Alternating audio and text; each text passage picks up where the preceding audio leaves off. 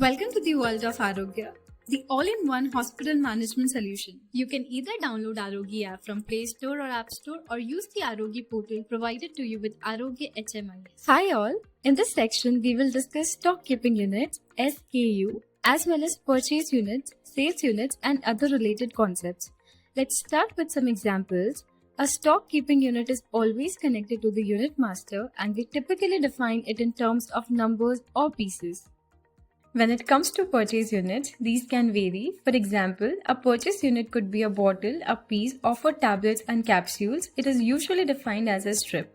If a strip contains 15 tablets, we would specify it as one strip is equals to 15 tablets. Similarly, if it is a bottle, we can mention it as one piece is equals to one bottle. However, for sales, each strip can also be sold as individual pieces, meaning you can sell a single tablet. Therefore, the sale unit is generally defined as one number is equals to one piece. One important concept is the packing unit. The packing unit specifies the number of items in a pack. For instance, if one strip contains 15 tablets, it is written as 1 into 15. Similarly, if one strip contains only 3 tablets, it would be mentioned as 1 into 3. This forms the basis of how stock keeping is managed. Next, we need to record details like the maximum retail price, sale rate and purchase rate. It is crucial to ensure that the sale rate is less than or equal to the MRP. The sale rate cannot exceed the MRP. Additionally, you can note any purchase or sales discounts in the system. You can also specify the priority of certain medicines. For high priority medicines, you should mark them accordingly. There's also a medicine scheme that comes into play when purchasing.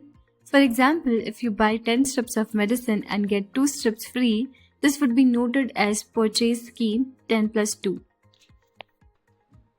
The comments field can be used to indicate whether a medicine is commonly available or not, with options like yes or no. The active status field indicates whether a medicine is currently active in the pharmacy or hospital.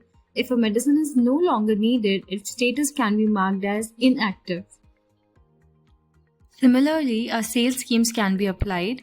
For instance, if a customer buys 5 quantities of a medicine and gets 1 free, you would note this as sales scheme 5 plus 1. By addressing all these aspects, stock keeping, purchase unit, sale unit, pricing, discounts and schemes, you can effectively manage the medicine's inventory. Thank you for watching.